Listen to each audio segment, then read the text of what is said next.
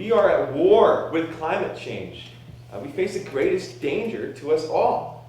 I mean, which is why we have to establish an inter-cabinet of all parties, okay, with cooperation, because this is a universal threat.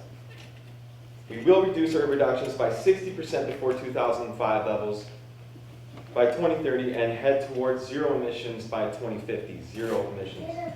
We will be the leaders in the crisis and press countries to double their efforts, for we cannot preach if we do not practice. Restore the funding for climate research in the government and to universities. We're going to keep the carbon tax and make it revenue neutral by putting it back in Canadians' pockets. We have to end fossil fuel subsidies, ban fracking. It's a danger to our water systems. It creates a lot of methane. We have to green and modernize our electrical grid and our fleet from east to west. Make sure all new cars are electric by 2030. Ensure transmodal connections across Canada to light rail and electric buses so that no one in rural and remote areas of Canada lacks efficient, affordable transportation. Create a national building retrofit plan facilitating millions of well-paying jobs. And we've seen what happens to our market with Saudi oil. So we got to turn off the tap to oil imports and use Canadian bitumen while we wean off of our fossil fuels to promote jobs in Alberta, because they're really important on that one. You've heard it all. Mandate the switch to biodiesel for agricultural, farming, and mining equipment and form partnerships with the Indigenous. Just basic examples to harness geothermal, form abandoned wells. Prioritize investments for the adaptation of climate change, gearing cities up for what to come. Launch the global effort to restore Canada's carbon sinks that are our forests and our pride. Our second question is on homelessness. Homelessness exists in all communities in Canada. Are you aware of the programs and the projects that are in place in your riding to prevent homelessness? And what are your ideas on how to prevent homelessness and how to address the current homelessness in your riding? And I will start again with you. I know that there are homeless shelters. A week ago, when I was gathering signatures for my candidacy on the street, Peter Neville, my campaign manager, asked 3 people for their support. When they had to fill in the address part of the Elections Canada form, they put down the Union Gospel Mission. Thank you to those who volunteer and serve in those facilities, but regarding programs and projects to prevent it, I need to learn more. And the second part of the question, what are your ideas to prevent homelessness and how to address the current homeless situation in your riding? If I can ask for a little bit of confidentiality, not necessarily for me, but for my family.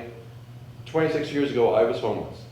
I can remember being parked in Ambleside Park in North Vancouver with an old van, $700, and 3 kids in diapers. I remember cooking spaghetti on an electric frying pan, used tomato soup as a sauce, in a mobile home park along Kingsway Avenue. So a few days later, I got a job working with the East Indian men, picking rocks off a golf course that was under construction. Somehow I talked a resident manager of an apartment complex in Guildford to trust me for the rent for a 2-bedroom suite. So without any help from social services, because I didn't qualify, but help from a new Canadian that was willing to trust me, we were able to find a home and start rebuilding our lives. Getting that menial job, picking rocks, and learning to say "Satale Akal" was the opportunity I needed. The answer now, as it was then, is jobs.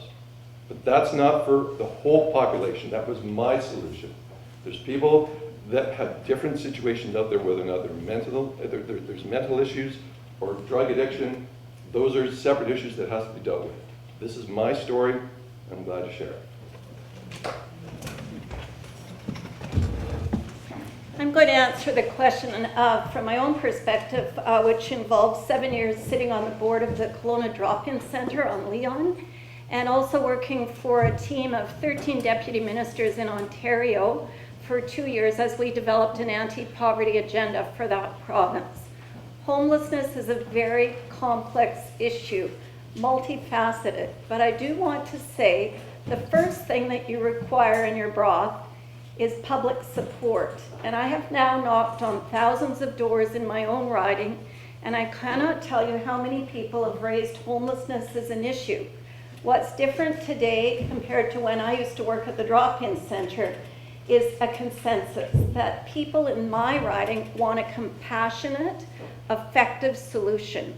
And what that means these days is understanding the complexity of the problem, looking around the world for some of the really interesting innovations in homelessness, giving support to the Journey Home strategy in Kelowna, who is lucky enough to have developed a multifactorial approach. But I can tell you that I have ridings in my neighborhood centered near homeless shelters where the residents are terrorized, where they're being stolen from all the time, where they've got people in their backyard and their mail is going through.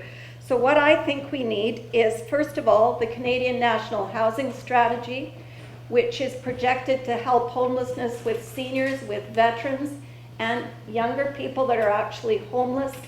And we need an opioid approach, which I will talk more about later.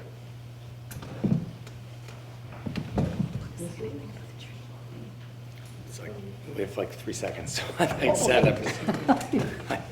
There's lots to say. We don't have enough time, unfortunately. So hopefully someone will give us a follow-on question, because it's an important question, and there's very little chance you can address it fully in 3 seconds, let alone 2 minutes. So please send a follow-up question our way. I'd love to talk about this some more. Go ahead. Thank you. Clock's ticking. In 1949, there were, we shared the tax burden with corporations and individuals. In 1989, it switched from 79% to 21%, and I understand that there may be a widening gap between the corporation's share of the tax burden along with individuals. Paul Martin, when he was the Prime Minister, he reduced the transfer payments to the provinces, and that's when Bill Van der Zalm was Premier at the time. He threw all the single people off welfare. How can you manage getting a job if you don't have a place to live? So there's a couple of things that we are prepared to do, and that's build more affordable housing. I remember when co-ops were big on the agenda, and my husband currently lives in Vancouver part-time in a co-op, and the rents are extremely affordable. But it's like a double-edged sword, because at the same time you need to deal with the drug addiction, and it's not really about the addictions, it's about the pain that people live with. So you have to deal with people that are in pain. Mike, let me.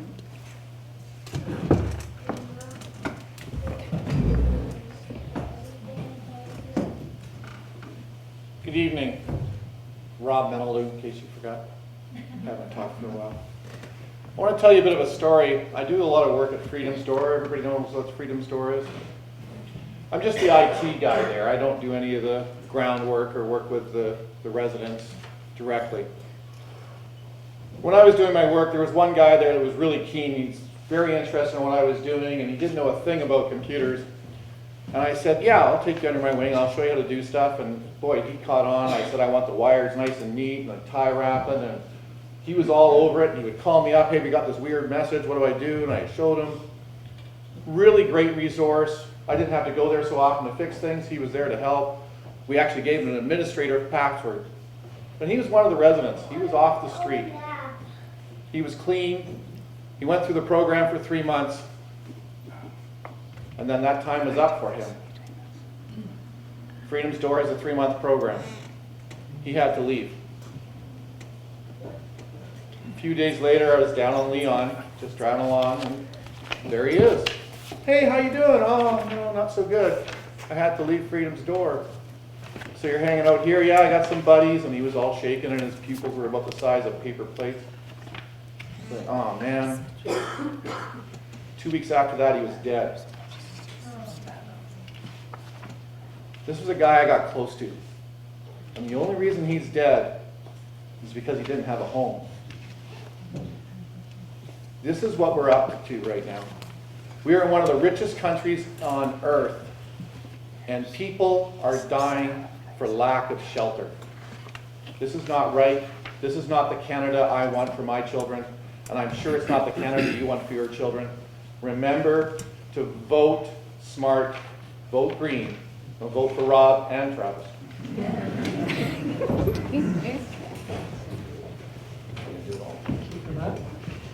Our third question is on national pharmacare. If universal pharmacare is implemented, how will your party ensure that the federal and provincial governments work together effectively? I'll start with you, please, Travis. I'm doing it. Robert's doing the pharmacare one. We picked ahead of one we're going to do. Oh, well, either one of you, I'm starting with your party. Oh, well, I get it. Drug costs. I know a guy who's a little overweight, has type 2 diabetes, runs his own small business, gives to the community, works at Freedom Store, you might know him. I am up to about $500 a month for my drug costs. I got to buy insulin, a bunch of other drugs. I run a small business. I don't have my own insurance plan. Now, I happen to do well at computer fixing. My cards are at the back. But if I was a single mom, if I didn't have a good job, I didn't have a good career, that $500 is a lot of money. It's way too much. And that is a decision I don't want anybody to have to make. Do I eat or do I take my drugs? That decision shouldn't be happening in Canada.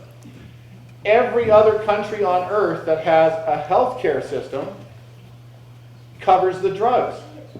What we have is a sick care system.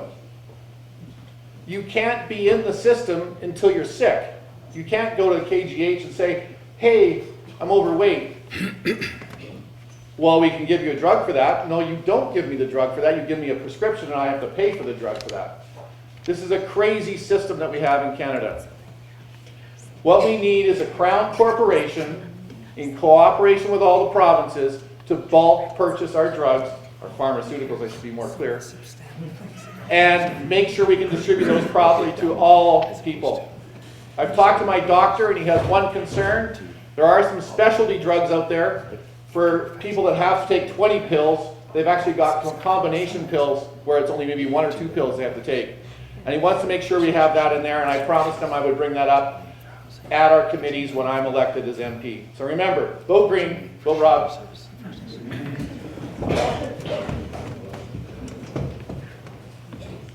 Thank you. Pharmacare is a major concern that New Democrats have been championing for, well, since Tommy Douglas. And we're here to try to finish Tommy's goal. We're going to bring in universal pharmacare within 1 year of being elected. By 2020, all prescription drugs will be covered in Canada. Following that, we're also going to be moving towards including dental, eye care, hearing, and mental health in our healthcare system as well. We're going to start by taking a look at dental care and introducing that for those with incomes up to $70,000 per year. We're going to follow on with that over the course of 10 years to ensure that all of these aspects are covered within our healthcare system. To do it, we're going to be working with the provinces and in bulk buying drugs. And that's going to save families about $500 per year, including those that already have insurance. So it is a win-win-win for everybody involved. Excuse me. For people like Rob, especially, those spending significant amounts of their income, especially those who own their own local businesses, on drugs that they need. Right now we're seeing people making impossible choices. Rent or their prescriptions. Cutting pills in half to make them last longer, or skipping them altogether because they can't afford them. These are decisions that people should not have to make. A $5 pill is a lot cheaper than a $1,500 hospital stay because somebody couldn't afford that pill. That is how we're going to save money by doing this. This is upfront, sure, it's a big number to put on the cost of making this plan happen. But in the long term, it will save far more in both money and in lives. And that is what we're fighting for. Thank you. I think this is a pretty popular topic, and I think we're all in agreement that it needs to be done. I think you need to be realistic about what can be done. So you've got three choices. The Conservatives have been very clear they're not going to move on it. In fact, their leader has said that he thinks 95% of Canadians have what they need, and the 5% that don't aren't worth the $15 billion price tag. So you vote blue, you won't get pharmacare when most people want it. Jagmeet Singh thinks he's going to deliver pharmacare by 2020. He can't do it because the provinces own the problem. We worked with the provinces and brought in a healthcare accord, and it was hard. You've got 7 blue provinces. Doug Ford, Jason Kenney, you're not going to be putting anything of this magnitude in place in a year. It's just not going to happen. So again, if you want to be realistic, we want to deliver on it, and I think we can. We've moved the yardsticks on things that aren't even ours. Housing's a provincial issue. We have a $55 billion plan for housing in this country. We're moving on things like climate change. We've put a national price on pollution. We want to do all these things, but we live in a democracy, right? So you just can't march in the door and start doing stuff. It doesn't work that way.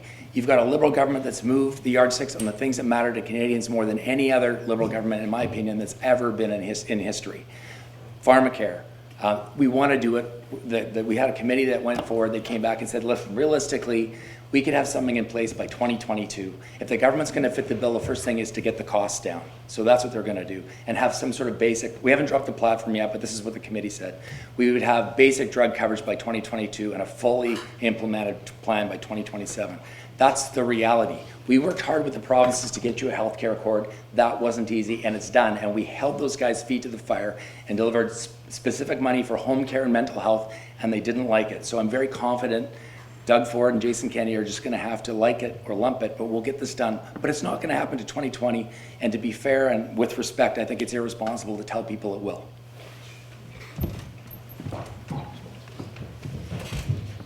The PPC's policy on healthcare has been available on the PPC website for months. And generally, it solely holds the provinces responsible for healthcare decisions, while supporting them with a stable source of revenue and helping them find innovative solutions. Quoting, create the conditions for provincial and territorial governments to innovate. They will be fully responsible for healthcare funding and management and fully accountable to their citizens for the results, while Ottawa will respect the Constitution and stop meddling.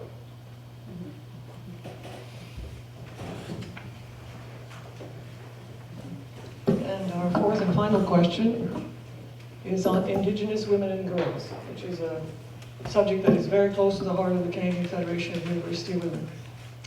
The ongoing tragedy of the missing and murdered Indigenous women and girls highlights the necessity to factor in gender discrimination systems when looking at ways to instigate change. CFUW supports Indigenous people's fight to end colonialism and discrimination. The question is, what has your party done or would do to address the final recommendations of the Truth and Reconciliation Commission of Canada, the National Inquiry into Missing and Murdered Indigenous Women and Girls? I'll start with you again, please. And could I ask if you speak in a big voice? We're having a hard time hearing it. Big voice, please. The PPC feels that justice should be equal. We will work hard to protect the freedom of all Canadians. We know there is an issue regarding our Indigenous Canadians, and that's why we're proposing to bring money home from the UN programs. We can use that money to better build infrastructure around native reserves. After all, it was the Liberals who promised to fix water issues on reserves across Canada. Yet they have done more for water in Africa than in Canada since taking office. Thank you. We'll try this. Can you say that again? Because I was so distracted watching, I didn't hear anything. Yes. I know people are, sorry, people can't hear, but I was just trying to help. Yeah, can we do the People's Party again so I can hear? Yeah.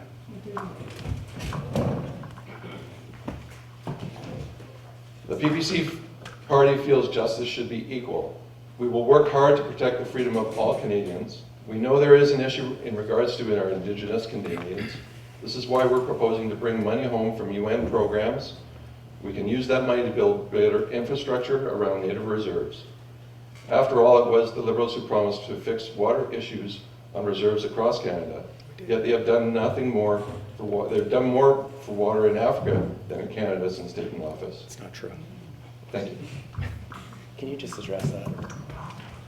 I guess since we have time, we've actually cleared up 2/3 to 75% of those water issues on reserve, and we'll be done those probably within the next 18 to 24 months. We've moved the yardsticks on water and reserve big time. So as you know, the Liberal Party initiated and sponsored and completed this year the inquiry into missing and murdered women and girls. I will highlight a few of the recommendations for you. There are too many to name. The appointment of a First Nations ombudsman, the creation of an Aboriginal Human Rights Tribunal, a national action plan on missing and murdered women and girls, and emphasis on housing, employment, education, safety, and health care. And as a former social worker, my favorite, a prohibition on taking children into foster care for reasons such as poverty. The Liberal government has invested significantly in First Nations child and family services, in housing for First Nations, money to prevent human trafficking, to create new shelter services in First Nations community, and to prevent gender-based violence. What I'm most proud of is that this Canada Day, I asked my 6-year-old nephew, what are you most proud of because it's Canada Day? And he said, because I'm learning an Aboriginal language at school. He goes to school in Kamloops, and I almost wept. I was so proud. And I realized what has happened in the schools here as a result of a pretty big emphasis by teachers is to bring a lot of the TRC recommendations down to the level of the elementary school so that Canadian children can really begin to understand the systemic violence and the history that has created these problems and these inequalities. Excuse me. Nope, you're gonna need all that to look in the corridor.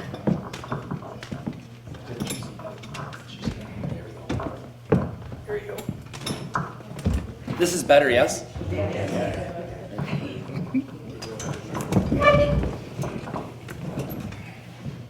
Well, I can tell you that over the last 152 years of Liberals and Conservatives, we're still in a lot of trouble.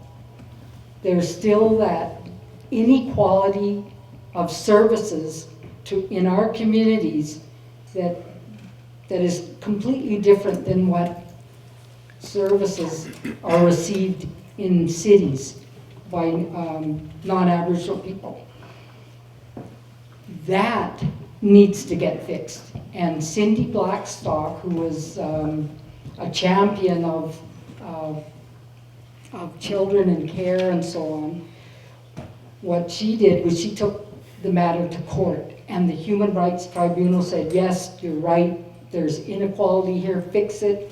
And they keep getting, Canada keeps getting reports back from the United Nations saying, you haven't fixed this, you haven't worked on this, and I can tell you, we are going to implement the United Nations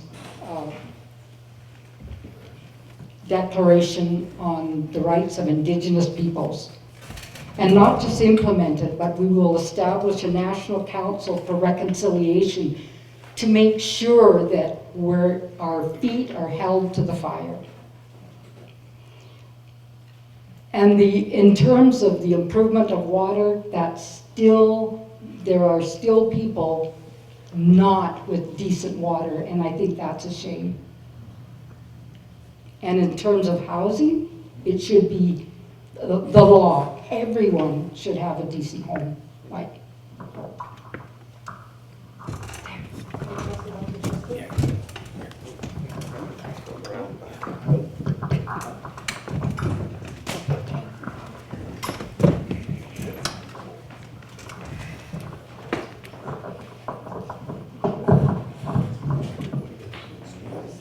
Easier way to do this? I'm just asking my technical people, is there an easier way to do If you had a longer cord, we could just pass it around the front. Well, that's cast and out. Anyway, we're about to break for 15 minutes, so we'll try and sort it out.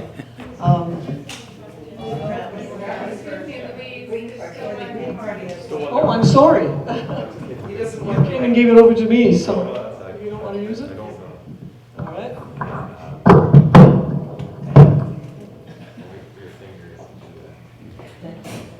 So this is an issue that's very, very close to my heart as well. I am proud, I proudly self-identify as a feminist. Okay. I know that the world would be a better place with more women in parliament.